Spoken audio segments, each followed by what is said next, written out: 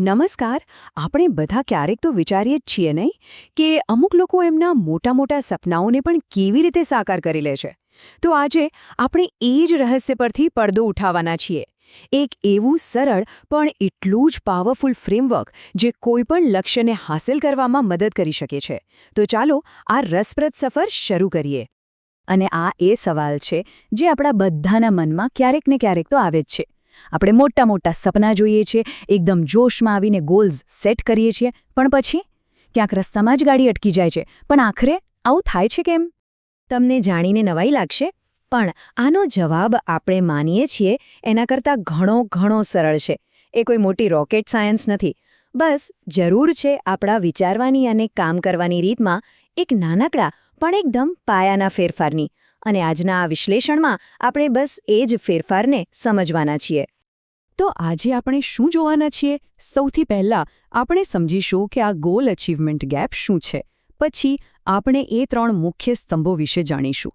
પહેલો છે સમય પર માસ્ટરી, બીજો છે ફોકસ કેળવવું, અને ત્રીજો છે આપણી એનર્જીને યોગ્ય રીતે વાપરવી. અને છેલ્લે આ બધું પ્રેક્ટિકલી કેવી રીતે કરવું એના માટે એક 30 ડેઝની ચેલેન્જ પણ છે.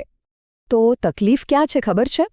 મોટાભાગના લોકો સાથે સમસ્યા એ નથી કે એમને ખબર નથી કે શું કરવું જોઈએ.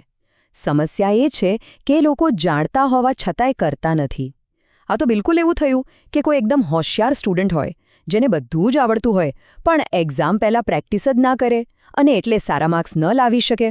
બસ આ જ ગેપ છે, નોલેજ અને એક્શન વચ્ચેનો.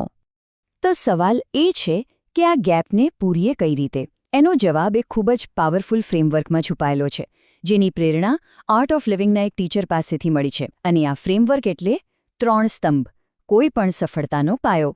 અને આ 3 સ્તંભ છે સમય, ધ્યાન એટલે કે ફોકસ, અને ત્રીજું છે ઊર્જા એટલે કે એનર્જી.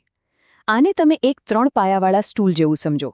જો એમાંથી એક પણ પાયો કાઢી નાખવામાં આવે તો શું થાય?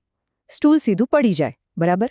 બસ એવી જ રીતે સફળતા માટે આ ત્રણેયનું એકસાથે કામ કરવું ખૂબ જ જરૂરી છે. એક પણ ગાયબ થવું તો આખી મહેનત પાણીમાં. તો ચાલો આપણે પહેલા સ્તંભથી શરૂઆત કરીએ. સમય. જુઓ, આપણી પાસે દુનિયાભરનું ટેલેન્ટ હોય, બેસ્ટ આઈડિયા હોય, પણ જો આપણે એના માટે સમય જ ના કાઢીએ તો એ બધું નકામું છે, બરાબર ને? આપણે બધાની એક જ કોમન ફરિયાદ હોય છે, ટાઈમ જ નથી મળતો. પણ હકીકત એ છે કે ટાઈમ હોય છે, પણ એ ક્યાંક ખોવાઈ જાય છે. અને મોટાભાગના કેસમાં આ સમય 2 જગ્યાએ વેડફાય છે. એક તો ઓફિસથી આવીને સાંજનો સમય, અને બીજું શનિ-રવિની સવાર. આ એ જ ટાઈમ છે જ્યારે આપણે સોશિયલ મીડિયાની સ્ક્રોલિંગમાં કે પછી નેટફ્લિક્સની સિરીઝમાં ડૂબી જઈએ છીએ. તો હવે આ ખોવાયેલા કલાકોને પાછા કેવી રીતે લાવવા? આનો ઉપાય એકદમ સિમ્પલ છે. ત્યારે કામ કરો જ્યારે આખી દુનિયા સૂતી હોય, કાં તો મોડી રાત્રે જ્યારે ઘરમાં બધા સૂઈ ગયા હોય, અથવા તો વહેલી સવારે કોઈના ઉઠ્યા પહેલાં.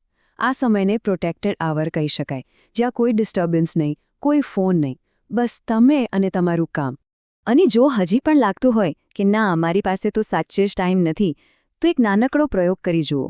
બસ આવતા 3 દિવસ માટે દર કલાકે તમે શું કરો છો એક નોટબુકમાં લખો. હું ગેરંટી આપું છું, તમને ખુદને આશ્ચર્ય થશે કે તમારો કેટલો બધો સમય એવી બાબતોમાં જાય છે જેનો તમારા ગોલ સાથે દૂર સુધી કોઈ સંબંધ નથી. ઓકે, તો ચાલો માની લઈએ કે આપણે સમય તો શોધી કાઢ્યો, પણ હવે એ સમયનો શું ફાયદો જો આપણું મન જ આપણા કંટ્રોલમાં ના હોય તો? શરીર અહીં બેઠું હોય અને મન ક્યાંક બીજે જ ભટકતું હોય તો? બસ આ જ આપણને આપણા બીજા સ્તંભ પર લઈ આવે છે, ધ્યાન એટલે કે ફોકસ. આપણું જે મન છે ને એ કમ્પ્યુટર જેવું છે, અને પ્રોબ્લેમ એ છે કે એના પર એકસાથે 50 બિનજરૂરી એપ્લિકેશન્સ ખુલ્લી હોય છે. કોઈએ ટ્રાફિકમાં હોર્ન વગાડ્યો, ઓફિસમાં બોસે કંઈક કીધું, કોઈએ વોટ્સએપ પર શું મેસેજ કર્યો. આ બધો જે માનસિક કચરો છે એ આપણી મેન્ટલ રેમને પૂરી વાપરી નાખે છે. પછી અગત્યના કામ માટે જગ્યા જ ક્યાં બચે? અને આ સિદ્ધાંત અહીં બિલકુલ ફિટ બેસે છે. એ આપણને યાદ અપાવે છે કે સાચો બદલાવ અંદરથી શરૂ થાય છે. દુનિયાને બદલવાની કે બીજાઓ વિશે વિચારીને આપણું ફોકસ બગાડવાને બદલે સૌથી પહેલાં આપણે આપણી જાત પર કામ કરવું જોઈએ. આપણું ધ્યાન આપણા કંટ્રોલમાં લાવવું જોઈએ. તો આ જે મનમાં ચાલતો શોરબકોર છે એને શાંત કેવી રીતે કરવો? એનો ઉપાય નવાઈ લાગે એટલો સરળ છે. અને હા, બિલકુલ ફ્રી છે. યુટ્યુબ પર હજારો ગાઇડેડ મેડિટેશનના વિડીયોઝ ઉપલબ્ધ છે. રોજની ખાલી 15 મિનિટ. આ તમારા મન માટેની એક એક્સરસાઇઝ છે, એક મેન્ટલ જીમ છે, જે ધીમે ધીમે તમારા મનને શાંત અને એકદમ ફોકસ્ડ બનાવશે. ચાલો, હવે આપણી પાસે સમય પણ છે અને ફોકસ પણ છે. પણ વિચારો, જો શરીરમાં તાકાત જ ન હોય, સવારે ઉઠતા જ થાક લાગતો હોય તો આ બધું નકામું છે. અને આ જ આપણને આપણા છેલ્લા અને ત્રીજા સ્તંભ પર લઈ આવે છે, એનર્જી. કારણ કે એનર્જી વગર પેલા બંને સ્તંભ પણ પડી ભાંગશે. એક વાત વિચારો, શું કોઈ પોતાની પેટ્રોલવાળી ગાડીમાં ભૂલથી પણ ડીઝલ નાખે? ક્યારેય નહીં. તો પછી આપણે આપણા આ હાઈ પરફોર્મન્સ શરીરરૂપી મશીનમાં પ્રોસેસ્ડ અને જંક ફૂડનો કચરા જેવું બળતણ કેમ નાખીએ છીએ? સાચા બળતણનો નિયમ એકદમ સરળ છે. એને દાદા-દાદી ડાયટ કહી શકાય. એટલે કે એવું ખાવું જે આપણા દાદા-દાદી ખોરાક તરીકે ઓળખી શકતા હોય. સિમ્પલ, નેચરલ અને પૌષ્ટિક. પણ હવે મનમાં તરત જ સવાલ આવશે, પણ સોશિયલ ગેધરિંગનું શું? કોઈ મિત્રના ઘરે ગયા હોઈએ કે પાર્ટીમાં હોઈએ ત્યારે શું કરવાનું? ત્યાં ના પાડવી તો અઘરી છે ને? અહીંયા જ સમજવાની વાત છે. આ રમત પરફેક્શનની નથી, કન્સિસ્ટન્સીની છે. જુઓ, અઠવાડિયામાં આપણે લગભગ 21 વાર જમીએ છીએ. એમાંથી જો એકાદ વાર બહારનું ખવાઈ ગયું તો એને ચીટ મીલ સમજો.